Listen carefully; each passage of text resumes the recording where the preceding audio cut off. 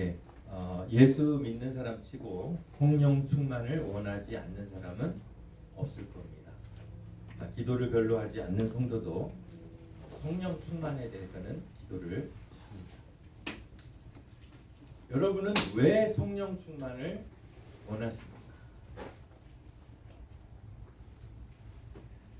무디의 동역자였던 이 토리 목사님은 성령에 대해 이렇게 이야기했어요. 신약과 구약을 아무리 살펴봐도 봉사와 연결되지 않는 성령의 사역은 찾을 수 없다. 무슨 이야기입니까? 하나님께서 성령 충만을 주시는 이유는 우리에게 뭘 하라고요? 봉사를 하라고 주신다는 것. 마음의 평안을 위해서 성령을 주시는 것이 아니라 하나님의 일을 하라고 성령을 주신다는 것. 동의가 되십니까? 네. 반면에 감리교회 이 요한 웨슬리라고도 하죠.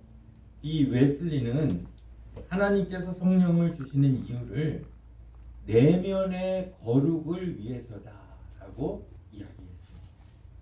봉사도 중요하지만 마음의 거룩이 먼저고 그걸 성령께서 해 주신다는 것.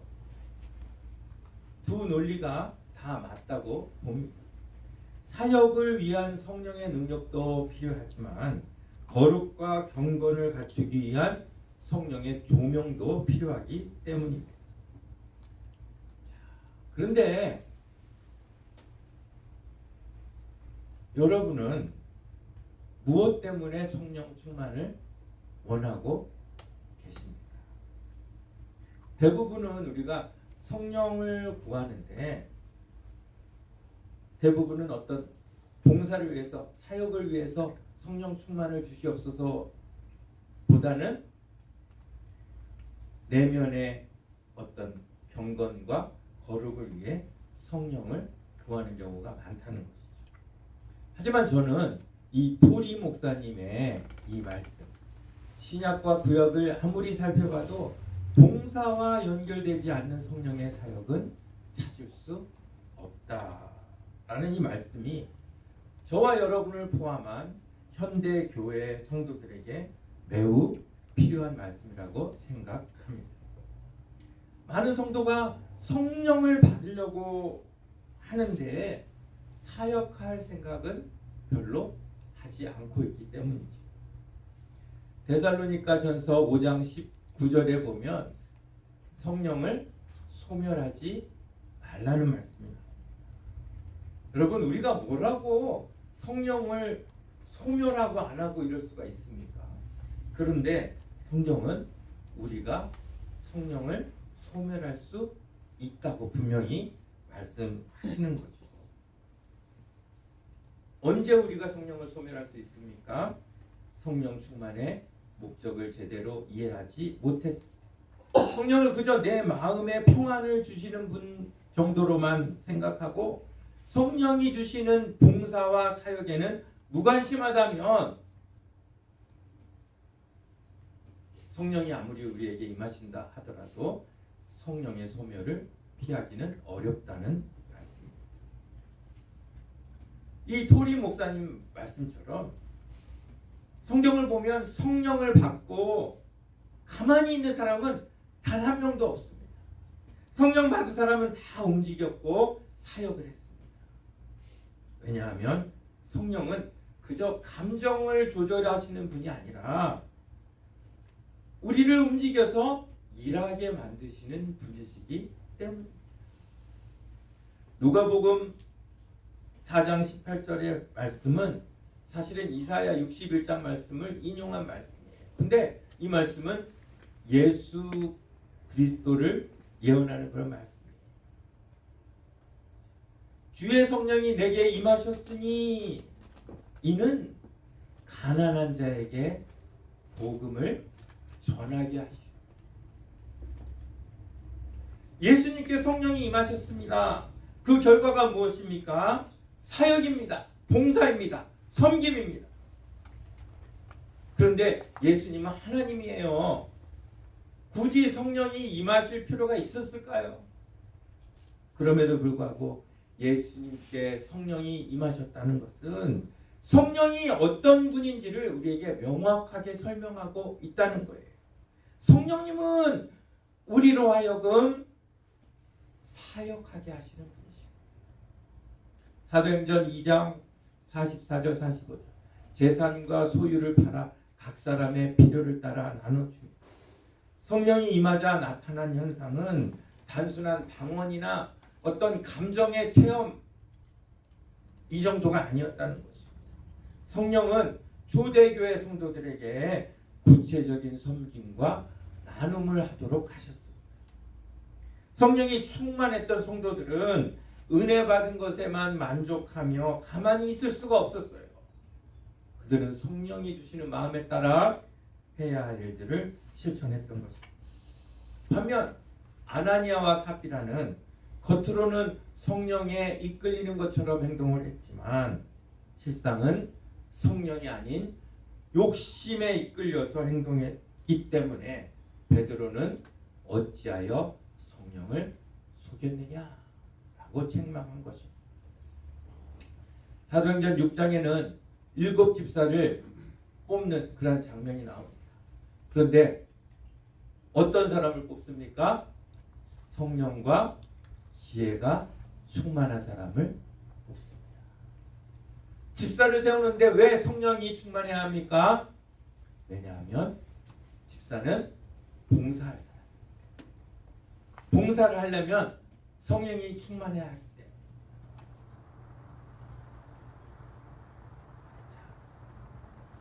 많은 신학자들이 사도행전을 다르게 이야기합니다.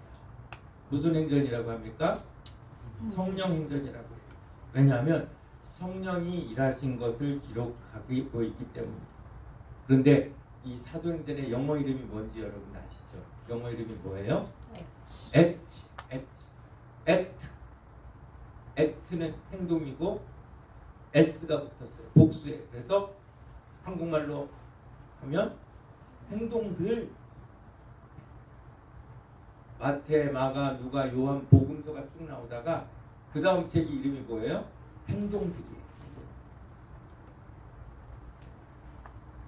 사도행전에 왜 이런 이름이 붙었을까요? 성령이 행동하시는 하나님이시고 또 우리를 행동하게 하시는 분이시기 때문에. 그래서 성령 행전이 act라는 것은 이 이름만 봐도 성령이 어떤 분이신가를 우리에게 너무나 분명하게 말씀해주고 있어요. 우리가 성령을 흔히 뭐에 비유합니까? 뭐 같은 성령? 불 같은 성령. 근데 불은 특징이 있어요. 자, 불은 가만히 있질 않아요. 반드시 번져요. 어떤 집에 불이 났어요. 그런데 불이 방 한 구석에서 조용히 타고 있어요. 그게 불입니까? 아니죠. 불은 움직이면서 주위를 태우는 게 불이에요. 마찬가지로 성령의 불이 임한 사람은 반드시 주변에 영향을 끼치게 되어 있어요.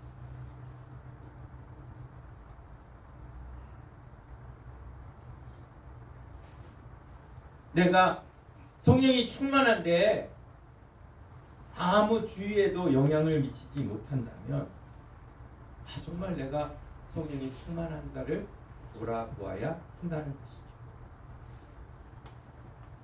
자, 그러면 여러분들 또 이렇게 생각하실 거예요. 이 나이에 나이가 많다고 힘이 없다고 성령님이 임하지 않으실까요? 성령님은 우리의 나이와 처지에 맞게 임하시고 또한 우리의 나이와 처지에 맞게 할 일을 주시는 분입니다. 아기 예수를 만날 소망으로 평생을 성전에서 기다렸던 이 안나 선지자. 아브라함이 이삭을 몇 살에 낳았어요? 100살. 모세가 몇 살에 부르심을 받았어요? 80세에 부르심을. 하나님의 일에는 정년이 없어요. 하나님의 일을 하려면 성령이 임하셔야 돼요. 결국은 하나님의 일에 정년이 없다는 것은 성령이 임하시는 것도 정년이 없다는 것을 의미해요. 오늘 새벽에도 살펴보았지만 이 아사 왕처럼 잘 나가다가 말년에 영이 흐트러지는 그런 사람들이 있어. 성경에만 있는 것이 아니라 우리가 사는 주변에도 많이 있어요. 그렇기 때문에 나이가 들수록 성령 충만을 사모해야 하는 거예요. 훌륭한 목사님이 치매가 돼가지고 아무것도 분별을 못한다면 얼마나 그 불행한 그런 인생의 마침표. 그렇게 되지 않기 위해서 정말로 나이가 들수록 성령의 충만함을 더 소망하고 간구해야 하는 것입니다.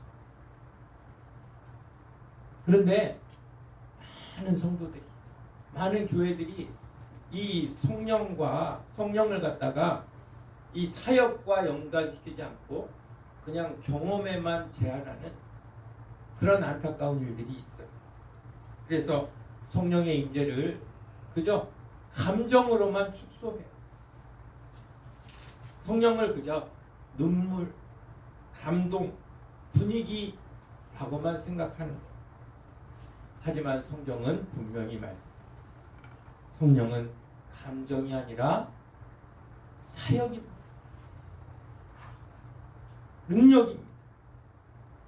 그리고 대부분의 성도들이 성령의 역사를 그냥 개인 체험에서 끝내요. 그래서 나 은혜 받았다 할렐루야. 저 사람은 은혜 받아서 좋겠다. 이걸로 끝내는 거예요. 그런데 성령은 항상 나를 넘어서 타인에게로 흘러갑니다. 성령은 나에게 위로도 주시지만 결국은 나를 바꿉니다. 어떻게 바꿔요? 나 자신을 위한 사람이 아니라 누군가를 위한 사람으로 바꾸신다. 이사야 61장 1절 말씀, 아까 누가복음에서 인용한 그 말씀인데요. 우리 한번 같이 읽겠습니다. 시작. 주 여호와의 영이 내게 내리셨으니 이는 여호와께서 내게 기름을 부으사 가난한 자에게 아름다운 소식을 전하게 하려 하십니다. 나를 보내사 마음이 상한 자를 고치시며 포로된 자에게 자유를, 다친 자에게 노임을 선포하며. 성령이 임하신 예수 그리스도의 사역이 왜 가난한 자, 마음이 상한 자, 포로된 자, 갇힌 자에게 집중되었을까요?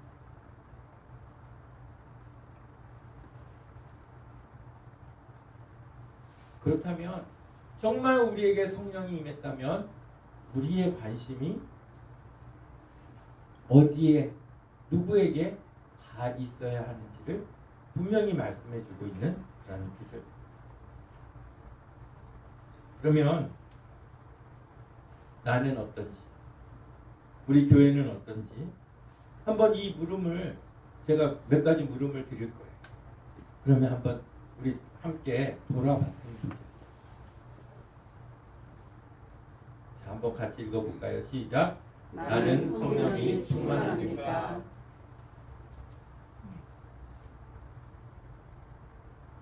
첫 번째는 봉사의 방향이 정해졌느냐. 성령이 충만하지 않은 사람은 봉사할 생각을 안 해요.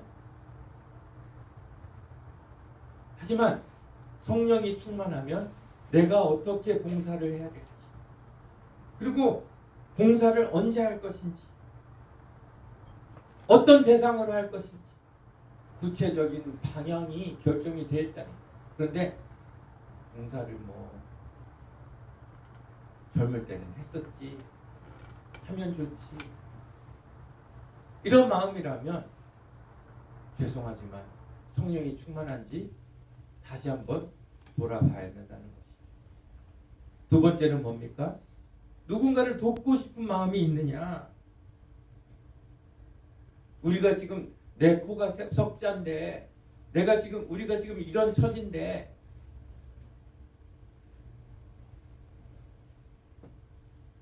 이러한 마음보다는 성령은 누군가를 돕고자 하는 그런 마음을 우리에게 주신다는 것. 세 번째는 실제 행동이에요. 남을 돕고 싶은 마음은 사실은 도덕적으로, 윤리적으로 괜찮은 사람들은 갖고 있습니다. 그런데 다만 성령은 실제로 행동으로 그것을 옮기게 하시는 분이시라는 것이죠. 네 번째로 제일 중요한 것. 시간이, 물질이, 에너지가 움직이고 있느냐. 우리 마음이 가장 잘 표현되는 것이 이것 아닙니까? 시간이 쓰이는 곳에, 물질이 쓰이는 곳에, 에너지가 쓰이는 곳에 우리의 마음이 있는 거 아니에요. 그런데 시간 안 쓰는 선에서, 물질 안 들이는 선에서, 에너지 많이 소진하지 않는 선에서 누구를 돕겠다, 봉사하겠다, 그것은 성령이 주시는 마음이 아니죠. 다섯 번째, 교회 안에서의 역할. 여러분은 교회에서 어떤 역할을 갖고 계십니까? 아무 역할 없이 그저 예배에 출석하는 것에만 만족한다면 내가 정말 성령님과 동행하고 있는지 돌아봐야 한다는 것이죠. 그리고 마지막으로 나는 구경꾼인가 참여자인가. 성령은 우리로 교회 안에서 또 어디서든지 우리가 섬김에 있어서 구경꾼이 아니라 참여자로 일하게 하시는 분이시라는 거죠. 자, 이제 답이 나왔죠? 나는 성령 충만한 사람인가 아닌가? 답이 나왔습니다. 오늘날 교회의 문제는 성령이 없는 것이 아닙니다. 성령의 흐름이 막혀 있는 겁니다. 순종하지 않기 때문에, 희생하려고 하지 않기 때문에, 일하려고 하지 않기 때문에. 구세군의 창시자였던 이 윌리엄 부스, 이분은 구세군을 시작하면서 이렇게 말했습니다. 사람들이 지옥으로 가고 있다면 나는 길목에 서서 그들을 막을 것이다. 그는 설교만 하지 않았습니다. 노숙자를 먹이고 술 취한 자를 돌보고 거리에 가장 낮은 사람들을 섬겼습니다. 그의 사역은 단순한 자선이 아니라 성령이 사람을 어디로 보내는지 보여주는 증거였습니다. 성령은 그를 교회에서 거리로 옮기시고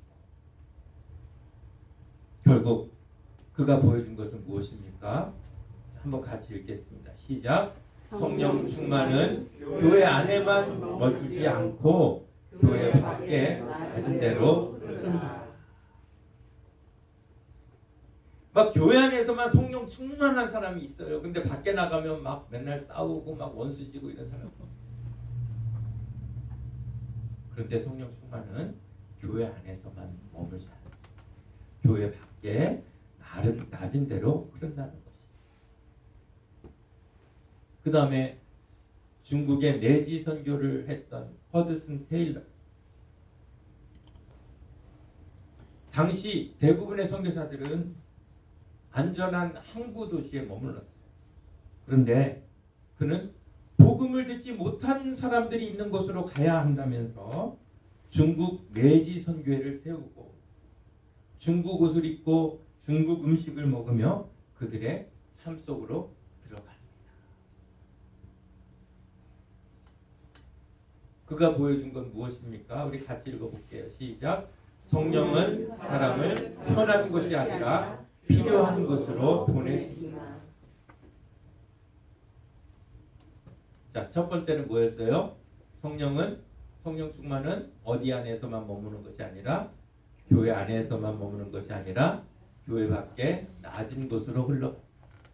두 번째, 성령은 사람을 편한 곳이 아니라 필요한 곳으로 보내십니다. 이게 정말 우리한테 제일 걸리는 그러한 부분 아닙니까? 우리가 성령 충만을 받으려는 이유는 뭐예요? 성령 충만해서 내 마음이 좀 편하고 편하게 살고 싶은 그런 마음. 그런데 성령님은 편한데 우리를 놔두시지 않으시고 네가 필요한 곳으로 가라 보내시는 거예요. 여러분들이 잘 아시는 마더 테레사.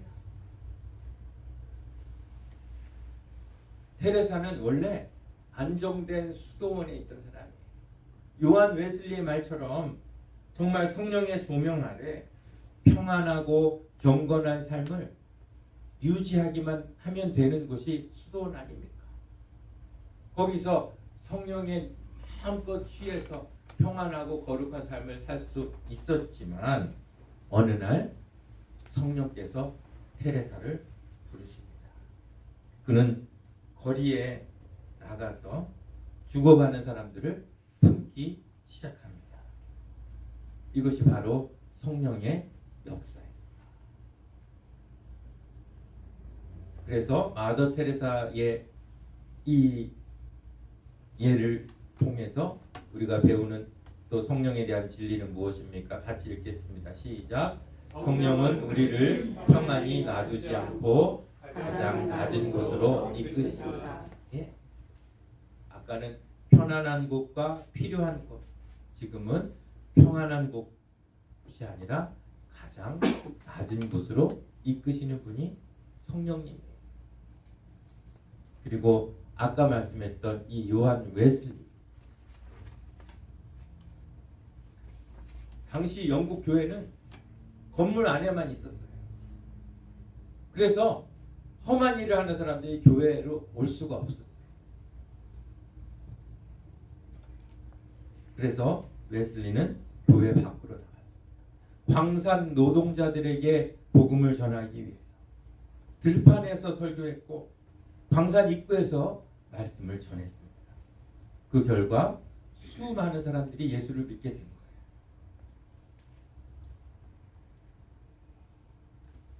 그가 그냥 교회 안에서만 머물면서 성령 충만한 상태로 그냥 머물러 있었다면 아무 일도 일어나지 않았겠지만 그가 행동으로 옮겼기 때문에, 그가 나갔기 때문에 이러한 변화가 생긴 것입니다. 그래서 요한 웨슬리가 우리에게 가르쳐주는 진리가 무엇입니까? 같이 읽습니다. 시작. 성령은 사람을 기다리게 하지 않고 찾아가게 합니다. 정말 내 안에 사람을 기다리기만 하고 찾아가려는 그런 마음이 없다면 하나님께 기도해. 성령님께서 내 마음을 바꿔주셔서 기다리는 자가 아니라 찾아가는 자가 되게 하옵소서. 이 모든 이야기의 공통점은 무엇입니까? 성령은 사람을 내면의 체험으로만 이끌지 않고 성령 충만하게 하여 다른 사람에게로 보내시는 분이시라는 거예요. 나한테만 관심 있던 그 사람이 다른 사람에게 관심을 갖게 되는 거예요. 그것이 성령의 역사라는 것이죠. 오늘 읽은 사도행전 1장 8절 말씀. 오직 성령이 너희에게 임하시면 그 다음에 뭡니까? 너희가 평안을 얻고 너희가 권능을 받고 무엇을 위한 권능입니까? 증인이 되기 위한 권능입니다.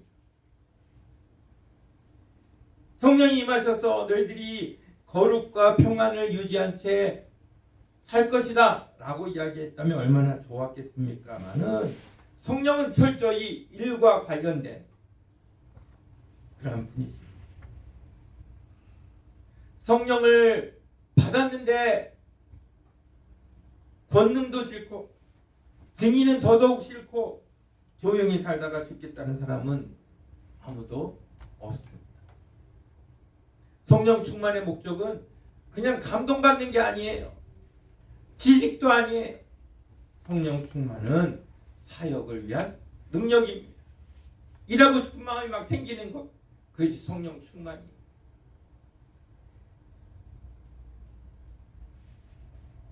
여러분 뭐 영화나 드라마 보시죠. 근데 영화나 드라마와 이 성령 충만이 다른 점이 뭡니까?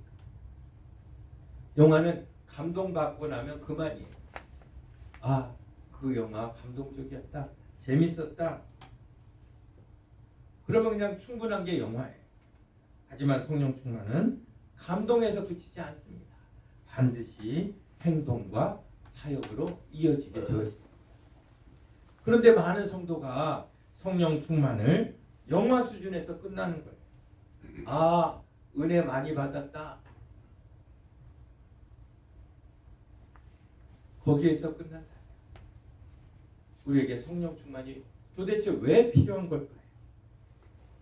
성령 충만은 반드시 사역으로, 봉사로, 섬김으로 연결되어야 합니다.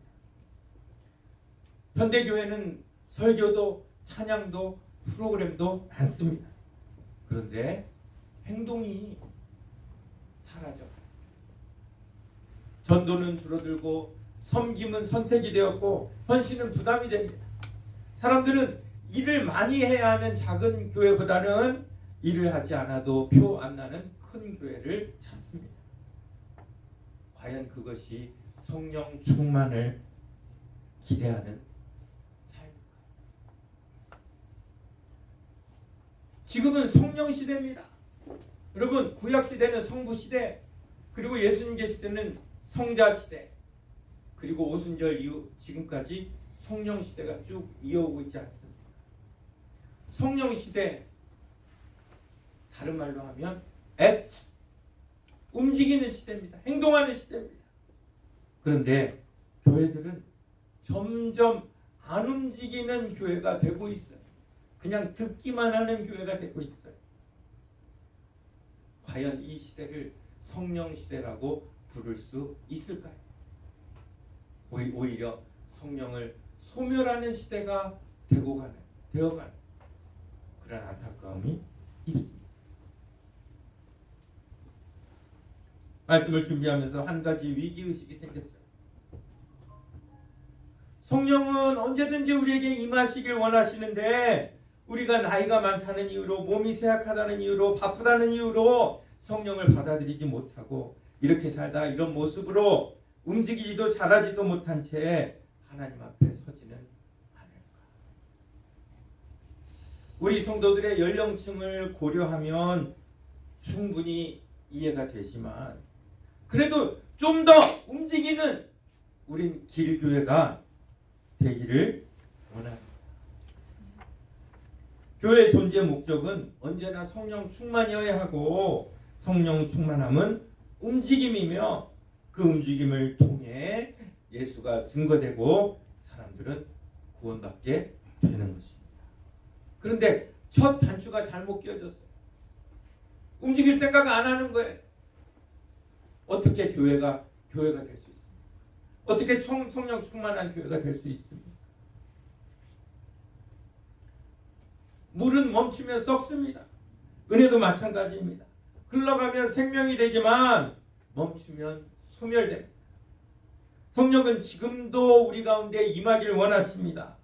문제는 성령이 오시지 않는 것이 아니라 우리가 움직일 준비가 되어 있지 않은 거예요. 성령 충만은 선택이 아니에요. 느낌도 아니에요. 움직이지 않는 성령 충만은 성령 충만이 아닙니다. 우리는 결정해야 합니다. 은혜만 받는 사람으로 남을 것인가, 아니면 성령에 이끌려 움직이는 사람이 될 것인가, 듣고 끝낼 것인가, 아니면 순종으로 이어갈 것인가, 편한 자리에 머물 것인가, 아니면 하나님이 보내시는 자리로 나아갈 것인가.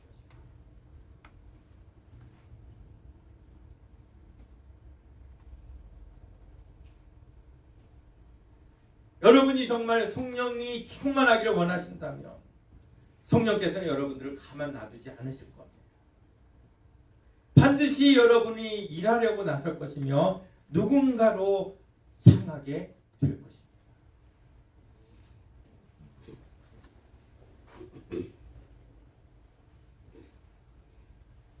오늘 하나님께서 이 말씀을 통해서 우리 모두에게 이런 고백을 주시기를 원합니다. 주님, 감동만 원하지 않습니다. 움직이겠습니다. 편한 곳이 아니라 필요한 곳으로 가겠습니다.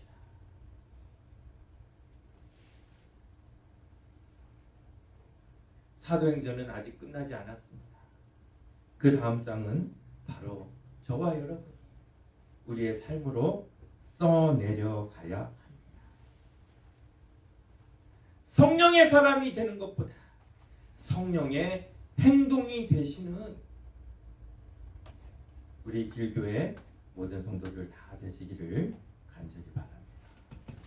하나님 아버지 감사합니다.